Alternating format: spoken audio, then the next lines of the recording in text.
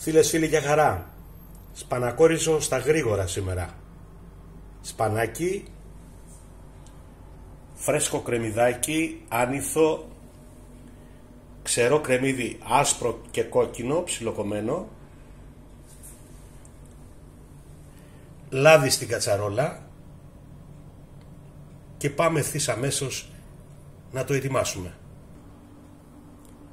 Το λάδι λοιπόν στην κατσαρόλα μας, μέσα πρώτα το ψιλοκομμένο κρεμμύδι κόκκινο και άσπρο. Βάζουμε και άσπρο κρεμμυδάκι που έχει είναι λίγο γλυκό για να δώσει γεύση.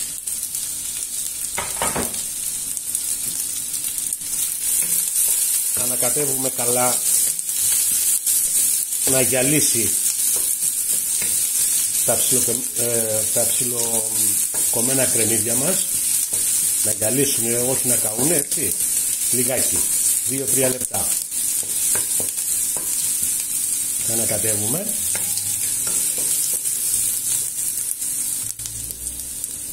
Το κρεμμυδάκι μας, τα κρεμμυδάκια μας μάλλον γυαλίσανε. Πάμε ευθύς αμέσως να βάλουμε μέσα το σπανάκι, περίπου 1 κιλό σπανάκι.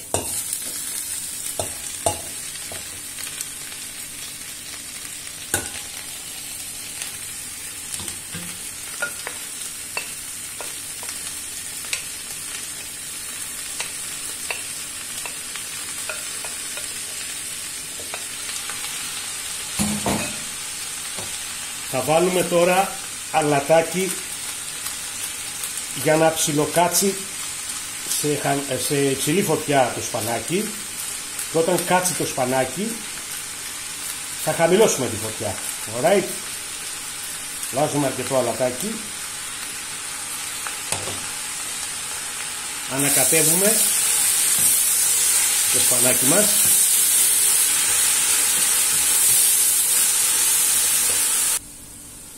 Το σπανάκι λοιπόν έχει καθίσει. Θα χαμηλώσουμε τη φωτιά τώρα. Αφού λοιπόν έκατσε το σπανάκι, θα βάλουμε μέσα τα φρέσκα ψιλοκομμένα κρεμμυδάκια.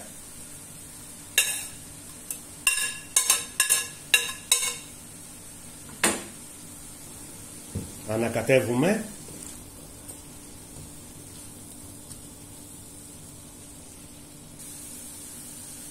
Αφού πήραμε και τα κρεμμυδάκια που βάλαμε μία βράση, προσθέτουμε, ρίχνουμε μέσα το ρύζι μας, περίπου μισή κούπα ρύζι, και προσθέτουμε και νεράκι.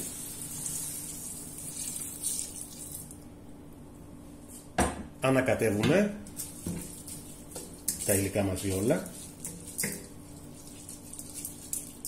και θα τα αφήσουμε για περίπου 18 με 20 λεπτά να βράσουμε. Εάν κατά τη διάρκεια του βρασμού των υλικών βλέπετε ότι το νερό έχει εξατμιστεί, προσθέστε περίπου μισό ποτήρι ακόμα.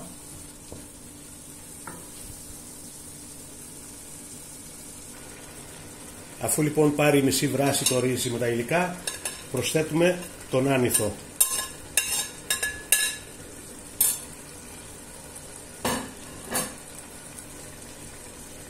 Μετά τον άνηθο, αρκετό φρέσκο ελαιόλαδο. Αρκετό.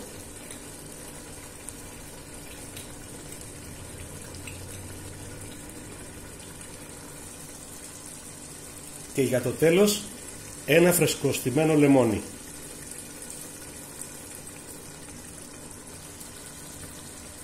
Αφού λοιπόν ολοκληρώσετε τις διαδικασίες του βρασμού του σπανακόριζου, μόλις κλείσετε τη φωτιά για να κάτσει το σπανακόριζο, να μην έχει πολλά υγρά, θα σας δείξω ένα κόλπο. Μόλις λοιπόν σβήσετε τη φωτιά, βάλτε μία πετσέτα πάνω από την κατσαρόλα αφού είναι σβηστή και σκεπάστε το και αφήστε το να κάτσει. Τα φιλιά μου σε όλους, να είστε πάντα καλά. Καλή όρεξη.